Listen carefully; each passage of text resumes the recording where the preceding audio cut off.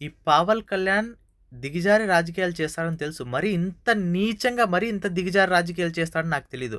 ఒక రాష్ట్ర ముఖ్యమంత్రికి ఒక దుర్మార్గుడు రాయి తీసుకొని కొట్టడం వల్ల కొంచెం కింద తగిలినా కన్ను పోయేది. కొంచెం పక్కకి ఇటు సైడ్ తగిలినా కూడా బ్రెయిన్‌కి చాలా పెద్ద ఇంజ్యూరీ అయ్యేది. దానివల్ల పెద్ద ప్రమాదమే ఉంటుంది. అంత ఇక్కడ తగిలితే గనక.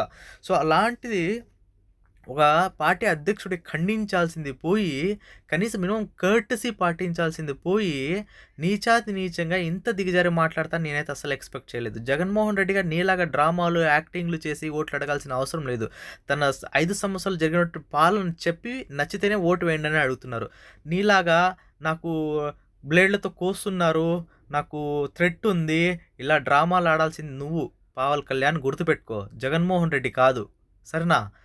కరెక్టే. నువ్వేమైనా ఎంపీటీసీయా? ఎమ్మెల్యేనా? జెడ్పీటీసీనా? నువ్వేమైనా ఎంపీనా? నువ్వేమన్నా దేనిది నువ్వు? ఉంటాది